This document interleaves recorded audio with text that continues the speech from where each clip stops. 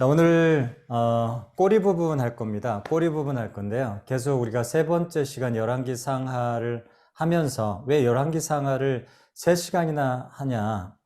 그것은 열왕기 상하에 관련된 예언서들이 12권이 있기 때문에 굉장히 많은 분량이에요. 그래서 구약의 역사에 있어서 굉장히 많은 시간을 할애하고 또 굉장히 많은 책들을 여기에서 관련되어 있기 때문에 열왕기 상하를 정확하게 이해하셔야 되지만 예언서 12권을 다 이해할 수 있습니다. 그리고 포로시대 5권 예언서도 이해할 수 있거든요. 그래서 열왕기 상하가 이 이스라엘과 북이스라엘과 남유다의 역사를 관점 그리고 주요 내용 이런 전체적인 윤곽들을 이해하셔야지만 구약의 그 몸통의 역사를 정확하게 알 수 있어요. 그래서 열왕기 상하를 이게 조금 3시간에 걸쳐서 하는 이유들입니다. 자, 우리가 열왕기 상하만 하다 보면 전체적인 구약의 역사를 우리가 놓칠 수가 있는데 어디에 지금 우리가 위치해서 공부하고 있고 성경을 통독하고 있는지를 한 번만 더 리마인드 해보겠습니다. 자, 우리가 그 베이스 캠프, 역사의 베이스 캠프 말고요. 또 한 가지 구약의 역사를 이해하는 데 있어서 6가지 6시대, 구약의 역사 6시대를 우리가 예전에 몇 번 반복했었는데 혹시 기억나세요? 6시대, 구약의 6시대로 정리할 수 있거든요. 구약을. 뭐죠? 창조, 모사, 왕포. 모사, 왕포. 그쵸? 한번 써보겠습니다. 창종, 모사, 왕포. 창조, 모, 사, 왕, 포. 그쵸? 이렇게 6시대로 구약의 전체 역사를 요약해 낼 수 있습니다. 창조 시대는 뭐죠? 창세기 1장부터 11장의 역사. 창조부터 타락, 그리고 노아의 홍수 심판, 그리고 다시 한번 바벨론까지, 바벨탑까지. 그리고 족장 시대는 뭐였죠? 12장부터 50장. 그래서 하나님의 구원의 역사가 시작이 되죠. 아브라함부터 시작해서 족장들의 역사를 통해서 하나님께서 새로운 구원사를 써가시는 이 족장사가 있습니다. 그리고 이 족장사를 통해서 이제 구체적인 하나님의 나라를 이루어 가시죠. 그 샘플, 그 모델이 이스라엘이라고 하는 나라를 형성해 가는 모세 시대가 있습니다. 모세 시대에 걸쳐 있는 게 뭐죠? 출애굽기, 레위기, 민수기, 신명기. 이것이 모세 시대의 가장 중요한 광야를 배경으로, 광야를 중심으로 이루어지는 하나님의 백성을 하나님 불러 세우시고 하나님의 법을 주시고 하나님의 땅을 주시는 약속들이 이 모세 시대, 그리고 모세 시대를 이어서 사사 시대로 이어지죠. 사사 시대가 뭐였죠? 여호수아, 사사기, 룻기, 그 다음에 또 뭐였어요? 마지막 사사 사무엘이 기름 붓죠. 사무엘, 상, 하. 그래서 다윗의 이야기까지가 사사 시대로 이렇게 정리가 되었습니다. 그리고 이 사사 시대가 끝나고 나서 본격적인 이제 나라의 기틀, 왕정 시대가 시작이 되죠. 그래서 왕정 시대 뭐였죠? 2가지죠. 지금 저희들이 보고 있는 열왕기 상하, 그죠? 그리고 역대 상하. 이것이 왕정 시대의 주요한 책들이겠습니다. 그죠? 포로 시대 이야기되었던 책들이 뭐죠? 포로 시대, 에스라, 또 느헤미야, 에스더, 그렇죠? 에스라는 율법, 느헤미야는 성벽, 그렇죠? 성전, 율법, 에스라 시대죠. 느헤미야 성벽 시대죠. 네, 에스더는 에스라 시대에 죽으면 죽으리라 바빌론 땅에서 일어났던 역사 이야기입니다. 자, 그래서 이렇게 6시대로 구분할 수 있는데 자, 여기에서 예언서, 특별히 예언서가 어디에 나와 있죠? 여기에 나와 있죠. 예언서 총 12권. 자, 이렇게 해서 총 12, 이 역사는 17권이고요. 그 다음에 이 열왕기 상하, 역대 상하, 이 왕정 시대에 총 몇 권의 예언서가 있었죠? 12권의 예언서가 있었죠. 그쵸? 12권의 예언서가 있었습니다. 자, 12권의 예언서가 있었고, 포로 시대 예언서는 몇 권이에요? 총 5권이었습니다. 그쵸?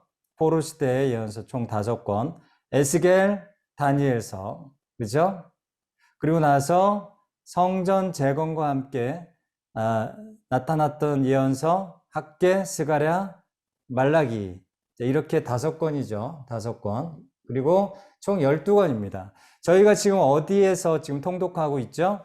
바로 왕정시대, 5번째 시대를 지금 저희들이 하고 있습니다. 그래서 앞으로 이번 시간 빼고 4번에 걸쳐서 바로 이 마지막 남은 포로 시대에 대한 이야기, 그리고 그 포로 시대와 관련된 예언서 5권을 하면 다 마치겠어요. 이제 4번만 하면 되겠습니다. 그래서 지금 저희들이 왕정시대 마지막 시간을 하고 있다는 거, 이제 좀 전체적인 틀이 좀 보이시나요? 네, 지금 우리가 지금 여기까지 했어요. 오늘까지 하시면, 이번 주까지 다 통독을 하시면 여기가 끝나는 거예요. 왕정시대 관련된 12권. 자, 12권 중에서, 왕정시대 12권 중에서 여기가 몸통이죠. 네, 몸통. 몸통이 열왕기 상에서 16장 9시대를 중심으로 한 게 열왕기상 16장에서 열왕기하 15장까지죠. 이게 몸통의 역사인데요. 열왕기상하의 몸통입니다. 열왕기상 16장부터 열왕기하 15장. 이 몸통의 역사에서 관련된 예언서가 몇 권이죠? 총 5권이었습니다. 이거 지난주에 여러분 그 통독 범위였어요. 이해되시죠? 자, 그래서 여로보암 시대, 여로보암 2세 시대 북이스라엘에서 활동했던 선지자 누구죠? 호세아, 아모스, 요나. 그리고 남유다에서 여호람 왕 때 활동했던 선지자, 가장 먼저 쓰여진 선지서죠. 오바댜 선지서. 그 다음에 요아스, 요아스 왕 때의 요엘서. 네, 이렇게 5권, 몸통에서 5권에 관련된 선지서를 우리가 배웠습니다. 그죠? 자, 오늘 꼬리 부분이죠. 꼬리. 자, 오늘 꼬리 부분에서는 남유다만 있죠. 그쵸? 이해되세요? 남유다. 그죠? 지금 잘 따라오시고 있는 거 맞죠? 네. 네, 이 남유다 꼬리 부분에서는요, 총 몇 권이 있어요? 총 7권 있습니다. 7권. 네. 어디죠? 이사야, 미가, 나훔, 스바냐, 예레미야, 하박국, 예레미야, 에가. 5권, 2권 해가지고 총 7권에, 꼬리 부분에만 7권, 특히 남유다만 7권에 관련된 예언서가 있습니다. 그래서 여러분들이 이번 주 일주일 동안 읽으셔야 될 분량이 지금까지 읽었던 분량 중에서 가장 많아요. 가장 위기입니다. 그래서 이번 주에 정신을 바짝 차리시고 절대 포기하시면 안 돼요. 이 고비만 넘어가시면 나머지 이제 12월 넷째 주까지는 굉장히 좀 천천히 분량이 적어요. 그래서 이번 주에 꼭 마음을 다잡으셔가지고 7개 예언서, 그래서 이사야, 미가, 네, 그 다음에 나훔, 스바냐, 예레미야, 하박국, 예레미야, 에가, 요 7개 예언서를 관련해서 읽으셔야 됩니다. 이해되셨죠? 네, 그리고 혹시 열왕기 하를 다 읽으셨으면 괜찮고요. 만약에 열왕기 하를 몸통까지, 다시 말하면 열왕기 하 15장까지 읽으신 분은 나머지 열왕기 하 16장에서 마지막 25장까지 꼬리 부분을 같이 읽으면서 이와 관련된 예언서 7권을 같이 읽으시면 이번 주 통독 범위는 다 하신 겁니다. 그래서 통독 범위가 헷갈리시면 여러분 그 부교재 어성경 데이 26 제일 뒤에 나와 있어요. 그 스케줄이 통독 스케줄이 26번 데이 26번부터 33번입니다. 다시 한번 말씀드릴게요. 이번 주에 읽으실 그 통독 내용 범위가 26번 데이 26번부터 33까지입니다. 그래서 7권의 예언서와 열왕기하 꼬리 부분, 열왕기하 16장부터 25장까지 그렇게 같이 읽으시면 되겠습니다. 그러니까 꼬리 부분 별로 안 되잖아요. 열왕기하에서는 별로 안 돼요. 열왕기하 16장부터 25장까지니까 별로 안 되는데 관련된 예언서가 몇 권이나 돼요? 7권이나 돼요. 7권. 그래서 이게 열왕기 상하가 빨리빨리 못 나가는 이유예요. 이게 자 보세요. 열왕기하 16장에서 25장까지 이 꼬리 부분 열왕기하로 말하면 별로 안 되잖아요. 근데 이 시대 바로 이 여덟왕이거든요. 여덟왕이에요. 네, 여덟왕인데 이 여덟왕의 역사 속에서 7개의 예언서가 발생한 거예요. 그래서 열왕기하로 따지면 별로 안 되지만 이 열왕기하 여덟왕의 역사가 멸망까지 7권의 예언서가 발생했다. 가장 큰 예언서가 이사야 예레미야죠. 그래서 이사야 예레미야만 해도 이사야가 66장입니다. 총. 그리고 예레미야가 52장이나 돼요. 그래서 이사야 예레미야 이 굉장히 큰 그 단위의 예언서를 이번에 같이 한번 읽으시면 좋을 것 같습니다. 자, 그래서 여기까지 하고요. 자, 거의 다 오셨어요. 이제 통독 거의 다 오셨습니다. 다시 한번 제가 5분에 걸쳐서 요 열왕기 상하 열왕의 역사들 구체적으로 어떻게 나누어지는지 한 번 더 반복하면서 이 열왕기 상하의 역사들을 윤곽을 잡으시면 좋을 것 같아요. 윤곽을 잡아야지만 나머지 12권의 예언서를 읽는 데 있어서 이렇게 좀 헷갈리지 않을 수 있거든요. 그래서 대충 그 뼈대를 잡는 것에 좀 중점을 두시면 좋겠습니다. 그러니까 예언서 무슨 내용, 무슨 장 이런 디테일한 내용보다는 윤곽을 잡고 뼈대를 잡고 포인트를 잡는 이제 그런 방향으로 이 통독을 진행하시면 되겠습니다. 자, 그래서 열왕기 왕정 시대를 세 토막으로 나눈다고 했죠. 어디죠? 머리 부분, 그다음에 몸통 부분, 꼬리 부분이다. 자, 이 세 토막으로 나눌 수 있는데, 자, 열왕기 상하의 장수로 따져보면 머리 부분은 어디에서 어디제요? 열왕기상 왕상 1장부터 몇 장까지요? 15장까지. 그죠? 열왕기상 1장부터 15장까지가 머리 부분입니다. 머리 부분. 여러분 교재로 보시면 270부터 283페이지까지 제가 강의하는 거예요.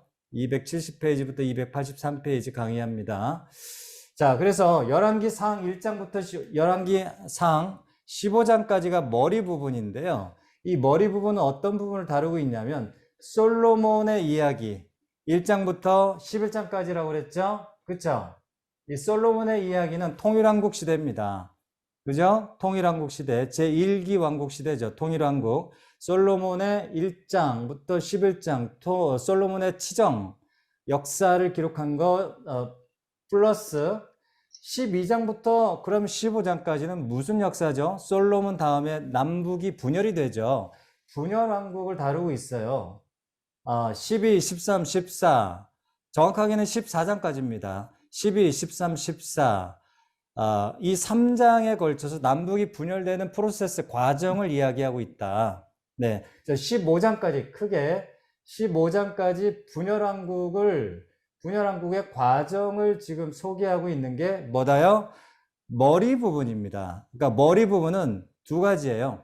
솔로몬의 통일왕국 시대, 그리고 얼마나 번영하고 지혜가 충만했는지, 그리고 두 번째는 뭐냐면 분열이 어떤 과정을 통해서 분열이 됐는가, 그거를 4장에 걸쳐서 12, 13, 14, 15, 그래서 열왕기상 1장부터 15장까지가 이렇게 머리 부분을 차지하고 있다. 그쵸? 그래서 북이스라엘은 여로보암이라고 하는 솔로몬의 그 노역을 담당했던 그 최고 책임자였던 부하죠. 여로보암이라고 하는 사람이 10지파를 데리고 북쪽으로 가서 왕이 됐고, 르호보암, 남쪽의 왕은 솔로몬의 아들이었던 르호보암이 아버지의 대를 이어서 남쪽 두 지파, 유다 지파와 베냐민 지파, 그래서 남유다를 형성한 겁니다.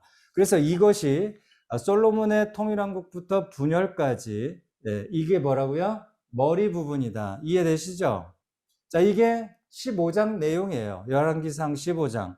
자, 그러면 몸통이 뭔가? 몸통으로 넘어와 볼게요. 자, 몸통에서는 주로 여러분 가장 기억할 왕이 어떤 왕이라고 했어요? 아합입니다. 여러분 아합을 잊어버리시면 안 돼요. 몸통에서는. 그래서 여러분 열왕기 상하에서 가장 이야기하려고 하는 게 뭐다? 그 몸통의 이야기인데요. 몸통의 이야기에서 가장 또 중요한 게 아합이라고 하는 인물입니다. 그래서 이 몸통 부분은요, 아합의 길로 가지 말라고 하는 경고를 주기 위한 메시지를 기록한 겁니다. 왜 이스라엘은 망했는가? 이게 사가의 관점이라고 그랬죠. 핵심 관점. 왜 이스라엘이 망했는가? 두 가지의 길로 가서 망했어요. 하나는 누구의 길이요? 여기 여로보암의 길로 가서 망했고, 또 두 번째 길은 누구의 길로 가서 망했다고요? 이 아합의 길로 가서 망했다는 거예요. 그러니 너희들은 어디 길로 가지 마라? 이 여로보암과 아합의 길로 절대 가서는 안 된다라고 하는 경고를 주기 위해서 이 역사를 썼다는 거예요. 이해되시죠? 이게 몸통이다. 네, 이해되셨죠? 그래서 열왕기 상하는요, 가장 중심이 누구의 역사입니까? 어느 나라의 역사예요? 남유다겠어요? 북이스라엘이겠어요? 열왕기 상하의 주 무대, 배경을 이루고 있는 역사예요. 북이스라엘. 그렇죠. 북이스라엘의 역사를 중심으로 다루고 있습니다. 열왕기 상하는요. 남유다 왕들은 나오지만 중심이 아니에요. 잘 보셔야 돼요. 북이스라엘의 이 멸망의 역사를 기록하고 있는 게 열왕기 상하의 중요한 관점입니다. 그럼 역대 상하는요. 이제 다음 12월 달에 배울 건데요. 마지막으로 역대 상하는 주된 왕들의 역사가 어떤 왕들의 역사겠어요? 반대죠. 반대예요. 유다 왕의 역사를 중심으로 해서 새롭게 구원사를 쓰는 거예요. 여기는 왜 멸망했는가를 중점으로 보는 거고, 그래서 북이스라엘 왕들의 중심이 됐던 거고, 북이스라엘 왕들 중에서도 가장 중심은 아합과 여로보암입니다. 그 중에서도 아합, 그죠? 그 다음에 역대기 상하는요, 이게 아니에요. 왜 멸망했는가가 아니고, 하나님은 그럼 이 실패한 이 멸망의 역사 속에서 어떻게 구원의 역사를 다시 써가는가? 거기에 가장 중심된 인물이 누구겠어요? 유대 왕들 중에서도. 여기에 멸망의 길의 대표적인 아이콘이 아합이라면, 역대상하에서 이 구원의 역사 속에서 가장 중심된 아이콘은 누구죠? 다윗의 길입니다. 다윗의 길. 다윗의 길로 가야 된다는 이야기를 역대상하에서 하고 있는 거예요. 이해되시죠? 왜 열왕기 상하에서 이야기됐던 거를 또 역대상하에서 반복하는가, 이렇게 생각하시면 안 되고, 여기 열왕기 상하의 역사는 왜 멸망했는가라고 하는 관점에서 썼기 때문에 북이스라엘 왕들이 중심이 됐던 거고, 북이스라엘 왕들 중에서도 가장 이방의 바알 신앙과 아세라 신앙을 들여와서 온 북이스라엘을 얼룩지게 오염시켰던 아합이 중심이 됐던 겁니다. 그래서 두 길의 왕들로 가지 마라. 이게 바로 열왕기 상하의 몸통의 이야기다. 그래서 여러분 보시면 범위를 한번 보세요. 열왕기상 16장에서 열왕기하 15장까지 굉장히 많은 분량을 차지하고 있는 것이 아합과 관련된 이야기입니다. 이 아합과 관련돼서 대척점, 하나님이 왕이시다라고 하는 것을 강력한 기적을 통해서, 능력을 통해서 보여주는 선지자 두 사람이 있죠. 누구죠? 엘리야와 엘리사입니다. 항상 아합과 대척점을 지면서 하나님이 왕이신 것을 이 역사 속에서 보여주는 사람이거든요. 그래서 엘리야와 엘리사, 아합의 이야기가 계속 같이 나오고 있어요. 네. 자, 바로 이것들입니다. 이런 것들을 이 몸통의 역사에서 놓치시면 안 되고요. 자, 이 몸통의 역사에서 나왔던 선지서 5권, 지난주에 읽으셨죠? 뭐예요? 북이스라엘의 가장 전성기를 차지했던 여로보암 2세 때 쓰여졌던 호세아, 아모스, 요나. 그렇죠? 호세아 한마디로 말하면 뭐예요? 하나님의 인애. 하나님의 인애. 그럼에도 불구하고 이스라엘을 구원하시고 사랑하신다.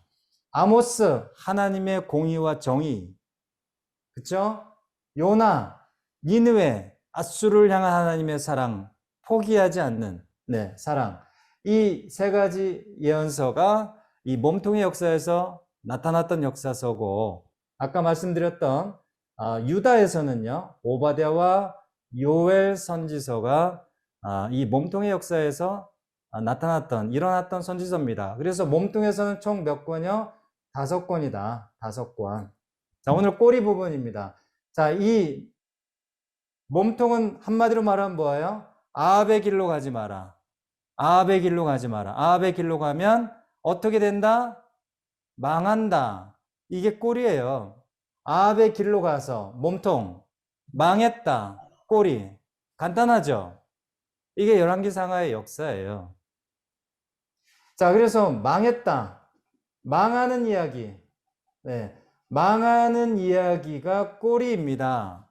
자, 그래서 이 꼬리는 열왕기하 16장에서 열왕기하 끝까지 25장까지의 이야기. 범위는 얼마 안 되는데. 자, 그래서 여기서 열왕기하 17장에서 누가 망하죠? 어떤 나라가 망하죠? 먼저 북이스라엘이 멸망하는 것을 보여줍니다. 북이스라엘. 자, 그래서 아수르에 의해서 멸망하죠. 722년에. 네. 그리고 동일하게 북이스라엘이 멸망할 때쯤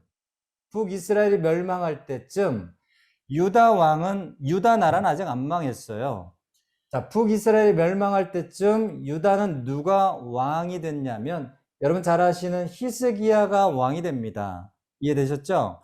자, 이때부터는 분열 왕국이에요, 단독 왕국이에요.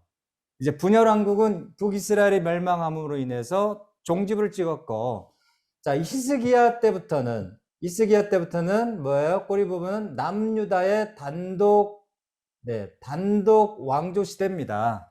네, 단독 왕조 시대예요. 자, 그래서 히스기야부터 마지막 시드기야, 유다의 마지막 왕이거든요. 시드기야 왕까지 총 몇 명의 왕이 있다고요? 8명의 왕이 있다. 8명의 왕. 8명의 왕 중에서 여러분 제가 3, 2, 3으로 나눠 볼게요. 3, 2, 3. 이거 기억하세요? 3, 2, 3. 자, 히스기야, 므낫세, 아몬. 이게 한 덩어리입니다. 잘 보세요. 3, 2, 3이라고 그랬어요. 히스기야, 므낫세, 아몬. 네. 히스기야, 므낫세, 아몬. 이게 3명의 왕인데요. 이때 강대국, 가장 중심을 잡고 영향력을 끼쳤던 제국은요, 아수르 제국입니다. 아수르 제국에 의해서 영향을 받아요, 남유다가. 근데 두 번째, 요시야와 여호아하스, 네 번째, 다섯 번째 왕, 요시야와 아하스는요, 누구에게 영향을 받냐면 애굽의 영향을 지대하게 받습니다. 예? 요시야와 여호아하스. 그래서 여호아하스는요, 애굽이 지정해요. 애굽 왕이 남유다 여호아하스 왕을 지정합니다. 이 정도로 애굽이 굉장히 내정 간섭을 했거든요. 마지막에 여호와긴, 시드기야. 이 마지막 세 번째, 마지막 라스트 왕인데요. 이 세 번째 왕들은, 그러니까 다시 말하면 여호와긴, 시드기야. 이렇게 마지막 세 번째 왕이 있는데, 여호와김부터는 누구에게 절대적인 영향력을 받냐면 바벨론에게 영향을 받습니다. 기억하세요? 바벨론. 그러니까 열강의 어떤 그 강력한 국제적인 변화에 유다 왕국이 휘말리면서 쓰여진 이야기가 꼬리 부분의 역사라고 생각하시면 되겠습니다. 이해되셨죠? 네. 하나님은 이 주변에 강대국 주변 정세, 국제 정세의 그 변화 속에서 이스라엘 남유다를 심판해 가세요. 네. 그래서 제가 구체적으로 한번 찾아볼게요. 한번 찾아보겠습니다. 히스기야. 제가 이렇게 강의하다가 성경을 찾으려고 하면 갑자기 이렇게 필름이 끊길 때가 있는데, 여러분 그 323의 법칙 히스기야 때부터 한번 잘 살펴볼게요. 여러분 그 왕하 17장 한번 찾아보겠습니다. 왕하 17장.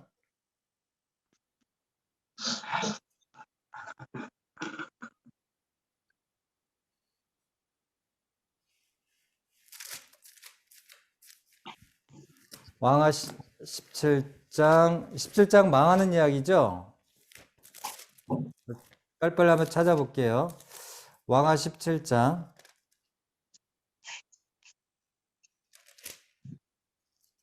3절에서 6절 말씀. 제가 한번 읽겠습니다. 17장 3절에서 6절 말씀. 네, 3절 읽겠습니다. 아수르의 왕 살만에셀에 올라오니 호세아가 그에게 종이 되어 조공을 드리더니.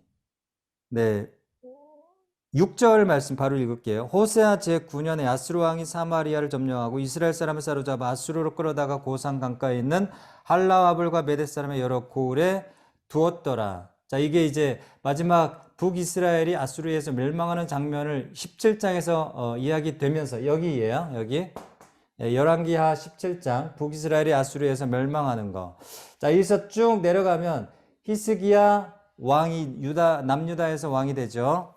자, 이것들이 이제 열왕기하 18장 보시면 1절 말씀, 18장 1절, 열왕기하 1절 제가 한번 읽겠습니다.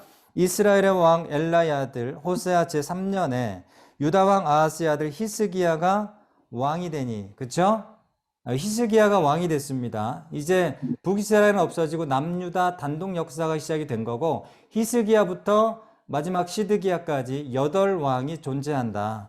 이게 이제 18장부터 25장까지 이야기입니다. 자, 그래서 히스기야, 므낫세, 아몬 세 왕은 누구의 영향을 받는다고요? 아수르의 절대적인 영향을 받는다. 그래서 여러분 18장에 히스기야가 처음 만난 문제, 위기가 뭡니까? 누구 왕이 쳐들어오는 거예요? 자, 14절 말씀 한번 13절 말씀 한번 볼게요. 히스기야 왕 18장 13절 히스기야 왕 제14년에 아수르의 왕 사네립이 올라와서 유다 모든 견고한 성읍들을 쳐서 점령하며, 그쵸?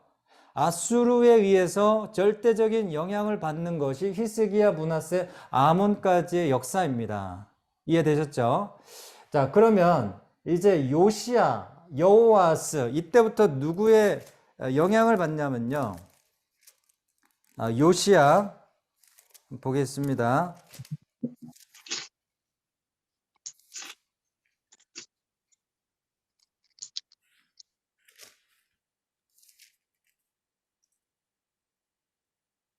자, 여러분 그 23장, 열왕기하 23장 29절 말씀 한번 보겠습니다. 29절. 요시야 당시에 애굽의 왕 바르누고가 아수르 왕을 치고자 하여 유브라데강으로 올라가므로 요시야 왕이 맞서 나갔더니 애굽 왕이 요시야를 무깃도에서 만났을 때 죽인지라. 그쵸? 요시야 왕이 애굽에 의해서 바르누고에 의해서 죽습니다. 그러면서 완전히 애굽 손에 넘어가요. 요시야 때부터 요시야 왕이 죽고 요시야의 아들 여호아스 역시 애굽의 절대적인 영향을 받습니다. 자, 그래서 여호아스 한번 쭉 보시면요. 계속 그 이야기입니다. 34절 한번 보실래요? 31절하고 34절 제가 읽어볼게요. 23장 31절. 지금 따라오고 있는 거 맞죠? 여호아스가 왕이 될 때의 나이가 23세라 예루살렘에서 석 달간 다스리니라. 그의 어머니의 이름은 하무달이라 림나 예레미야 딸이더라. 자, 34절 말씀 제가 읽겠습니다. 바로 누구가 요시야의 아들 엘리야김을 그의 아버지 요시야를 대신하여, 여기서 엘리야김은요 여호아스입니다. 아니죠. 네, 여호와김입니다. 바로 누구가 요시야의 아들 엘리야김을 그의 아버지 요시야를 대신하여 왕으로 삼고 그의 이름을 고쳐 뭐라고 했어요? 여호와김이라 그렇게 고쳤고요. 여호아스는 애굽으로 잡아갔더니 그가 거기서 죽으니라.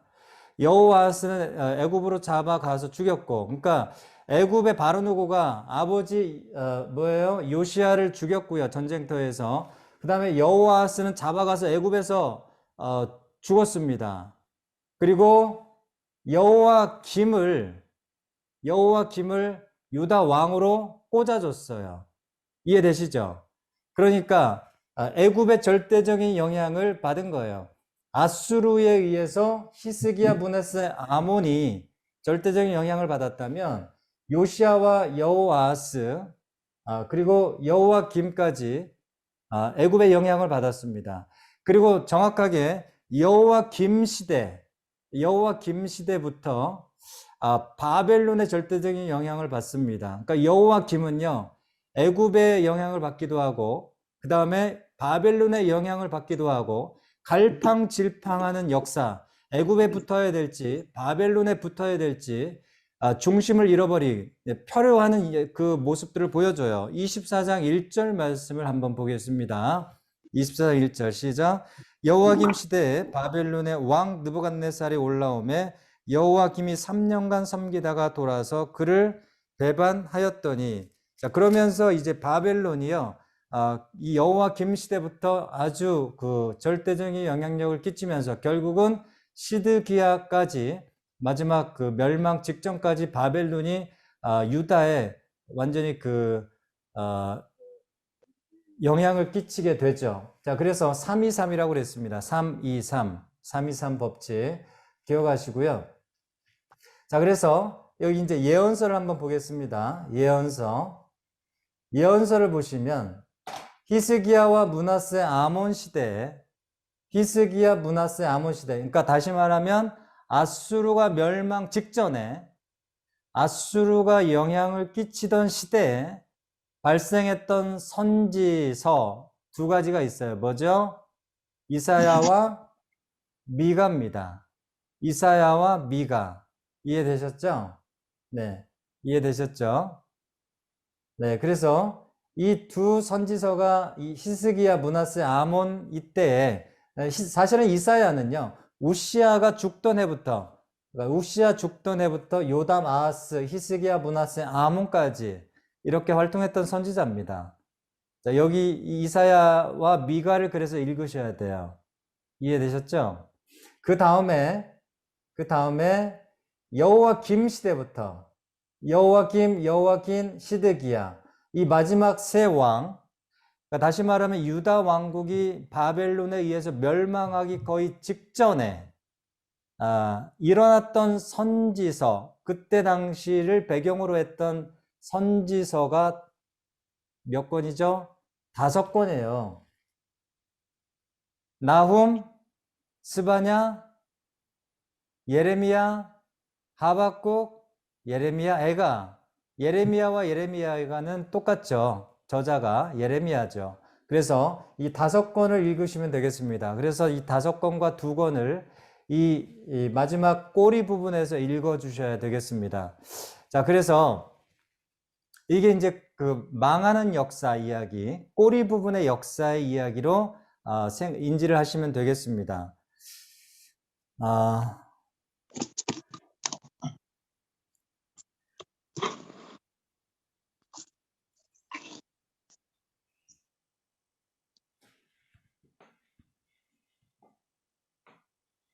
이사야 이야기는요. 이사야.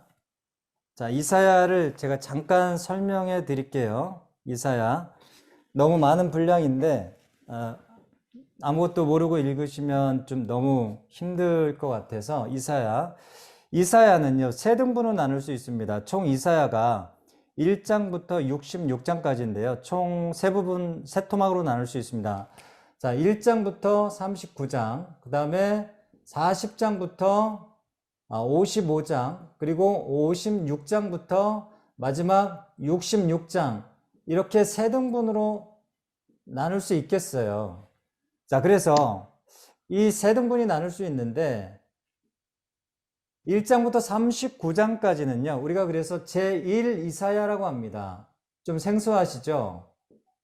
우리가 이렇게 나누는 것은 뭐냐면 시대적인 배경이 달라요. 그래서 나누는 겁니다.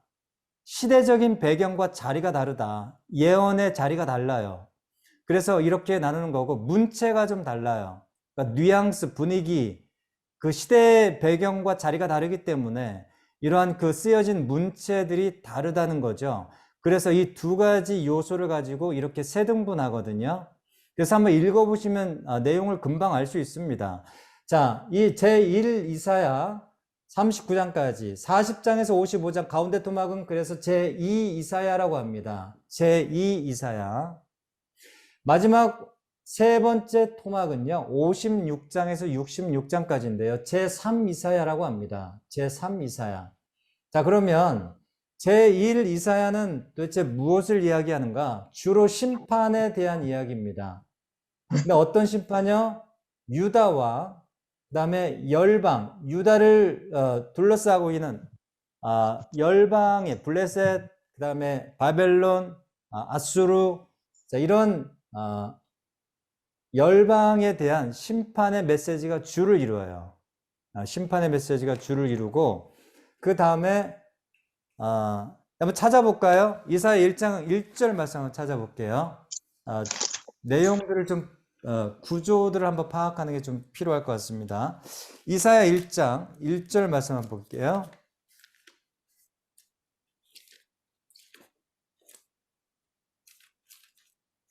이사야 1장 1절 같이 한번 읽겠습니다. 시작이요. 유다왕 우시아와 요담과 아스와 히스기야 시대에 아모스의 아들 이사야가 유다와 예루살렘에 관하여 본 계시라. 그쵸? 네, 정확하게 나와 있잖아요. 우시아 때부터 시작해서 이게 유다 왕들만 이야기하는 거거든요. 요담, 아하스, 히스기야 이 시대에 이사야가 본 환상 계시입니다. 그래서 주로 이사야 1장부터 39장까지는 심판, 유다와 열방에 대한 심판의 내용인데, 그 예를 들어서 1장 2절 한번 21절 한번 제가 읽어볼게요. 신실하던 성읍이 어찌하여 창기가 되었는고, 정의가 거기에 충만하였고 공의가 그 가운데 거하였더니 이제는 살인자 뿐들이로다. 내 은은 찌꺼기가 되었고 내 포도주에는 물이 섞였도다. 네. 24절 그러므로 주만군의 여호와 이스라엘의 전능자가 말씀하시되 슬프다. 내가 장차 내 대적에게 보응하여 내 마음을 편하게 하겠고 내 원수에게 보복하리라. 네, 결국은 심판과 망할 것에 대한 예언이 줄을 이루고 있는 것이 1장부터 39장까지 내용이다.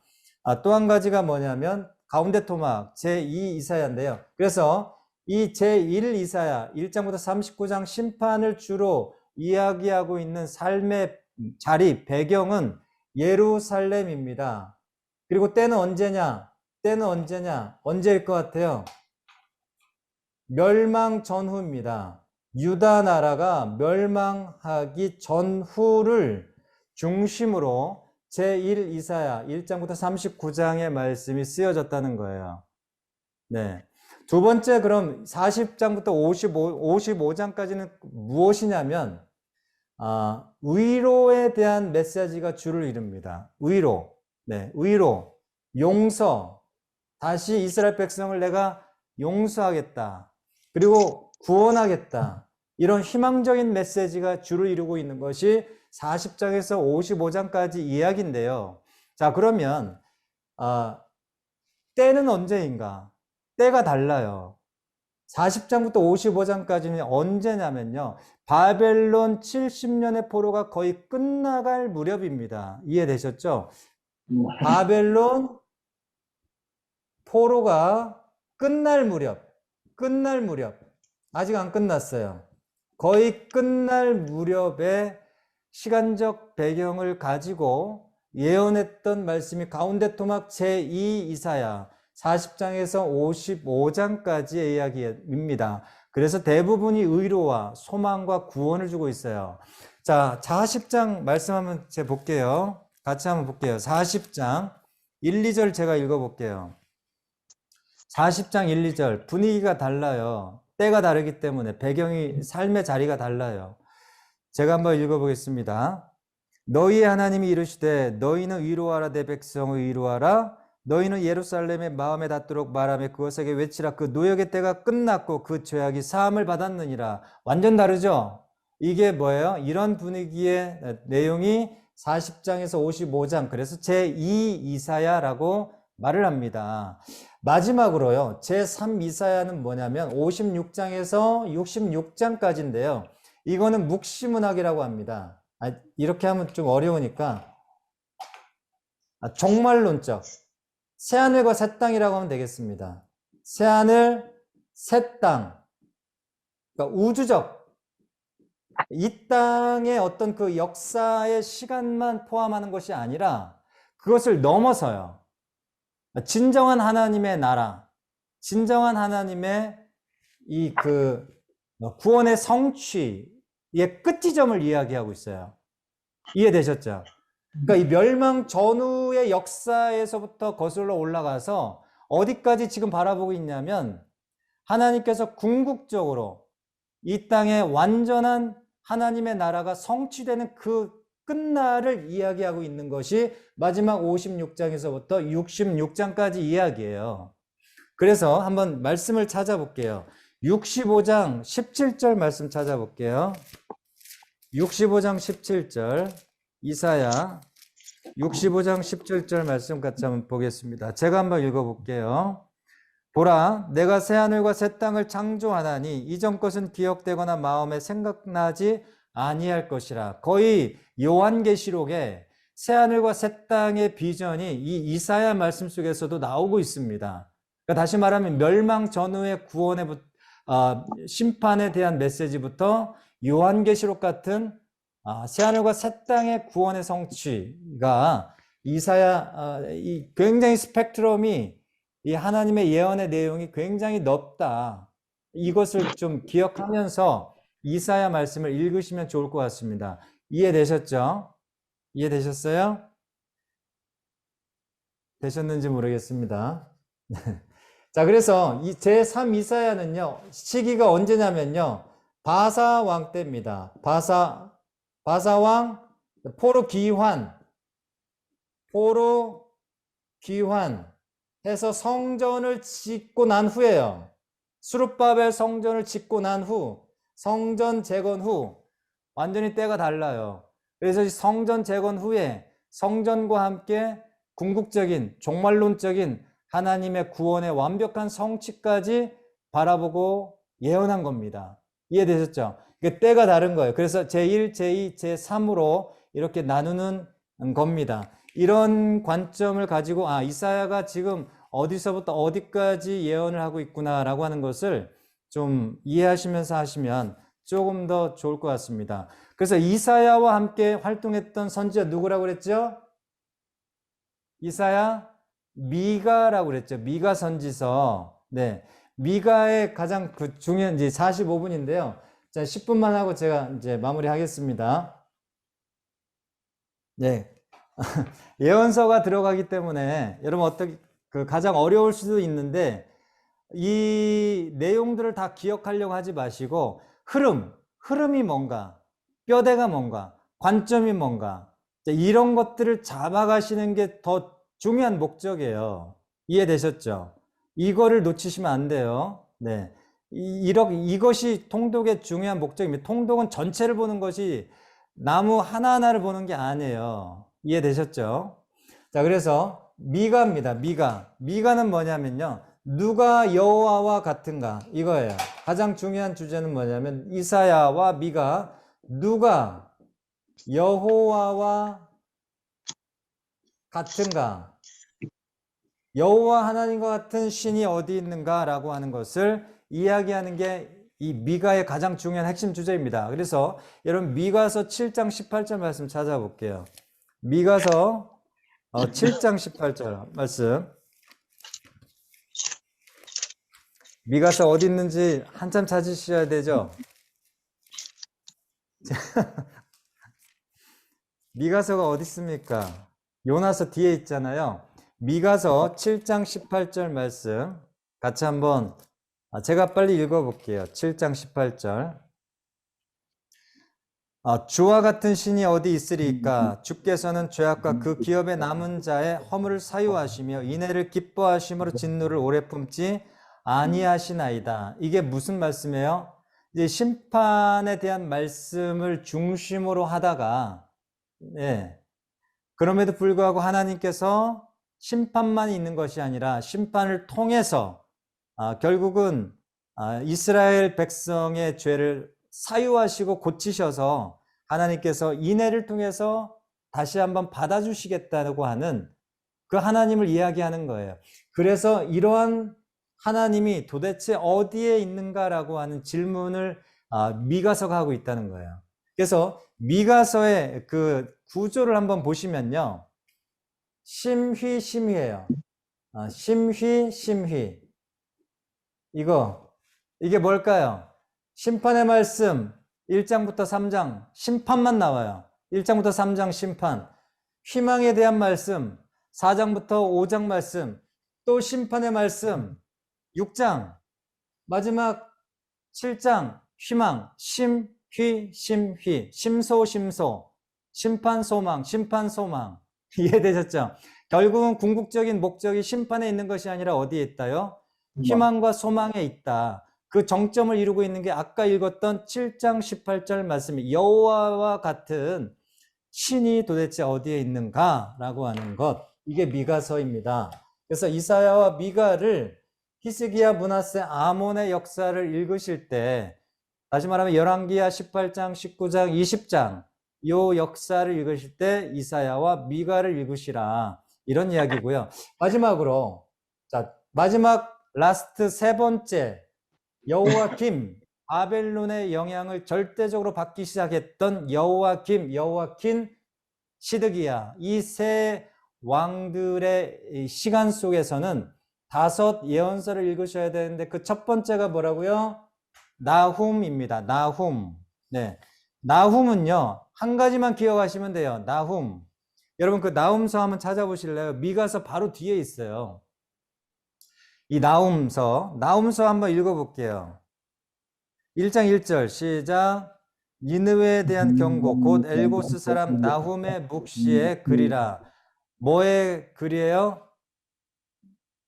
니느웨에 대한 경고요. 니느웨가 어디의 수도입니까? 아수르의 수도가 니느웨입니다. 아수르의 수도. 그러니까 아수르가 멸망할 것이라고 하는 메시지를 담은 게 나훔서입니다. 이해되셨죠? 네. 나훔서, 아수르 경고. 이거 하나 기억하시면 돼요. 다른 거 기억할 필요 없습니다. 그리고 뭐예요? 스바냐.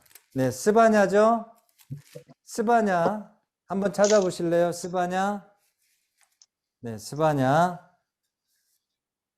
스바냐는요, 같이 한번 스바냐 1장 1절 같이 한번 찾아보겠습니다. 하박국 다음에 있어요. 그 바로 이웃 사촌들입니다. 자, 스바냐 1절 말씀 한번 찾아볼게요. 시작.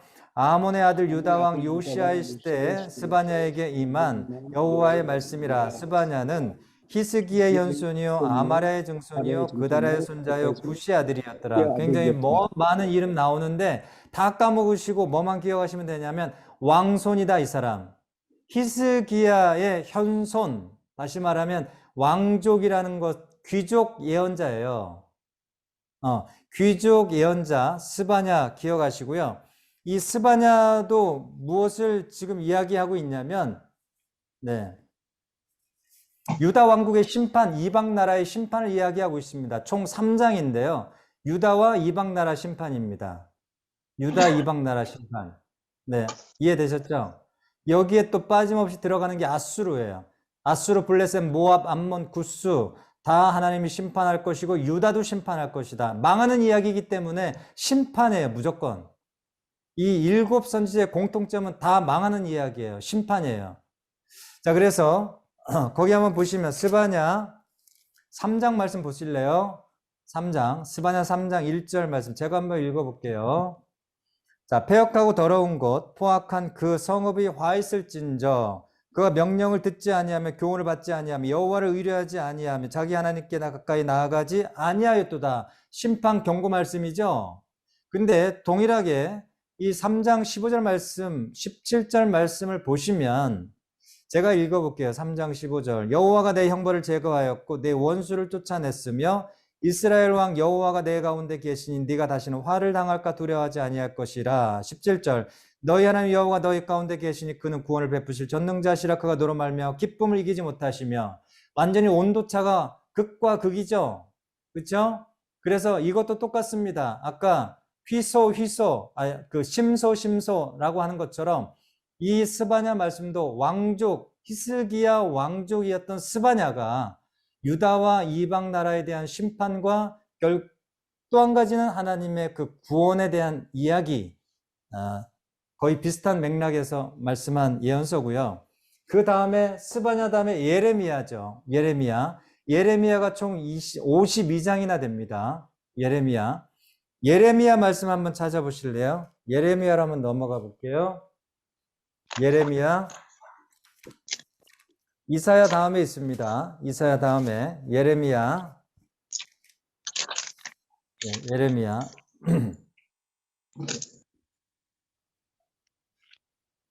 자, 예레미야는요, 굉장히 강력해요. 예레미야는 굉장히 강력한데, 뭐가 강력하냐면, 거의 희망적인 메시지가 없습니다. 아까 그 휘소, 이렇게, 냉온의 차이가 있다라면, 예레미야는요, 거의 90% 이상이 심판과 경고에 대한 말씀밖에 없어요. 자, 그래서 이 심판을 중심으로 한 메시지인데 왜 그런가 하면 이 멸망이 얼마 안 남았잖아요. 유다 나라가. 네, 얼마 안 남았어요. 그래서 이 심판을 굉장히 강력하게 전하는데 그 예레미야 1장 2절 말씀, 1장 2절 제가 읽어볼게요.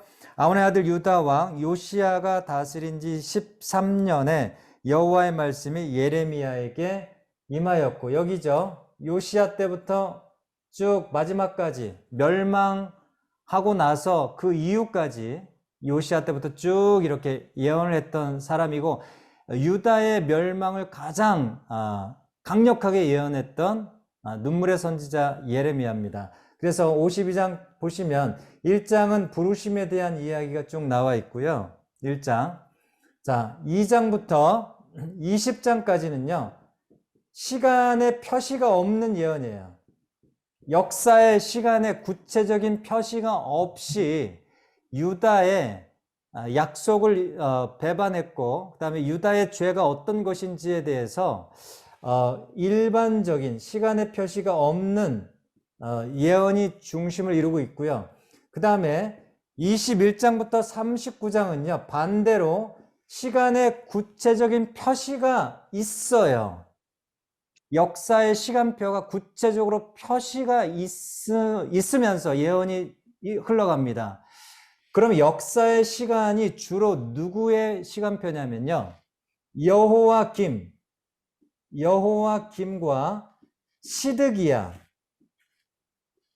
여호와김과 여기 세 번째, 마지막에서 세 번째, 여호와김, 시드기야, 마지막은 시드기야죠. 그래서 여호와김과 시드기야 왕의 시간표 속에서 유다와 이 그 열방의 죄악들을 이야기한 것이 39장까지의 이야기입니다. 그리고 40장에서 44장까지는요, 멸망 후의 이야기입니다. 멸망 후, 예루살렘이 멸망 후의 이야기. 이게 40장에서 44장까지. 그래서 예레미야가 어디로 가냐면요, 애굽으로 갑니다. 애굽으로 가요. 네. 그래서 애굽에 대한 예언이 있고요. 유다 백성 중에서 유다 백성 중에서 애굽으로 피신한 디아스포라가 있는데 그 사람들에 대한 예언, 애굽을 중심으로 이루어지는 예언이 40장에서 44장까지의 예언입니다. 그리고 마지막 45장에서요. 51장까지는 무엇에 대한 예언이냐면요. 열방에 대한 예언, 열방. 네, 열방. 제일 열방의 마지막 부분에 51장, 그죠? 51장에 나오는 마지막 열방이 뭐냐면 바벨론입니다. 하나님이 바벨론도 결국은 무너뜨리겠다고 하는 메시지가 51장 열방의 예언의 마지막 51장에 나와요. 그리고 52장 뭐가 멸망해야 됩니까? 유다가 멸망하죠. 예루살렘이 멸망합니다. 유다 멸망. 네. 그래서 예레미야는요, 거의 심판과 멸망의 90%에서 95% 이상이 희망에 대한 메시지가 거의 없어요. 유다와 바벨론, 그리고 이 죄악들을 이야기하면서 열방의 심판을 이야기하고 있는 것이 예루살렘의 전체적인 예언입니다. 유일하게 가운데 30장에서 33장 이 가운데만 희망의 위로의 메시지, 유일하게 30장에서 33장 이 4장에 걸쳐서 하나님께서 위로의 이 가운데 허리에 위치시켜 놓고 이 희망의 메시지를 넣고 있는 것이 유일합니다. 네, 이해되셨죠? 그래서 예루살렘은 유다와 바벨론의 그 죄와 심판에 대한 메시지다. 중심적인 중심적인 내용들이. 그리고 마지막 가운데 30장에서 33장에 유일하게 희망의 메시지가 나오고 있다. 이렇게 이해하시면 되겠습니다. 그리고 마지막 뭐예요? 여기 하박국이죠. 하박국 여러분 잘 아시는 거 뭐 있죠? 의인은 무엇으로 말미암아 살리라? 의인은 믿음으로 말미암아 살리라. 자, 이 이야기가 이제 하박국 이야기 3장에 걸친 하박국 이야기인데요. 하박국은요, 무엇에 대한 이야기냐면, 하나님 왜 의인은 잘 못 살고 악인이 더 득세합니까? 불합리합니다. 하나님이 정말로 정의의 하나님이시라면 왜 하나님 이 불의에 대해서 침묵하십니까? 이 질문으로 시작하거든요. 그게 1장이에요. 그게 1장이에요. 근데 하나님 뭐라고 하세요? 내가 바벨론 갈대아 나라를 통해서 그 불의를 심판할 것이다. 그 하나님 하박국이 또 이야기해요. 하나님 왜 이 선민을 하나님의 거룩한 백성을 그런 야만스러운 갈대아 민족들을 통해서 심판하십니까? 이거거든요. 이게 하박국의 질문의 요지예요. 하나님의 대답이 뭐예요? 아까 말했던 의인은 뭘로 말미암아 살리라? 믿음으로 말미암아 살리라. 거기에서 가장 중요하게 이야기한 게 뭐예요? 정한 때가 있나니 이거예요. 정한 때가 있나니 이게 하박국의 가장 센터에 중심에 나오는 메시지입니다. 이 하나님의 정한 때까지 기다리라는 거예요. 믿음으로. 침묵하는 거 아니고 정한 때가 있나니 믿음으로 기다리라. 때가 되면 이루리라. 이게 하박국의 메시지입니다. 한번 하박국 읽어보세요. 굉장히 재밌습니다. 굉장히 흥미진진한 요소들이 굉장히 많이 있어요. 근데 지금 이 시간 통독은 이러한 자세한 이야기를 캐치하는 게 아니라 전체적인 그 틀과 요점과 관점 이런 것들을 잡아가는 목적이기 때문에 이렇게 예언서와 관련해서 역사를 한번 쭉 읽어보시면 되겠습니다. 자, 오늘 여기까지.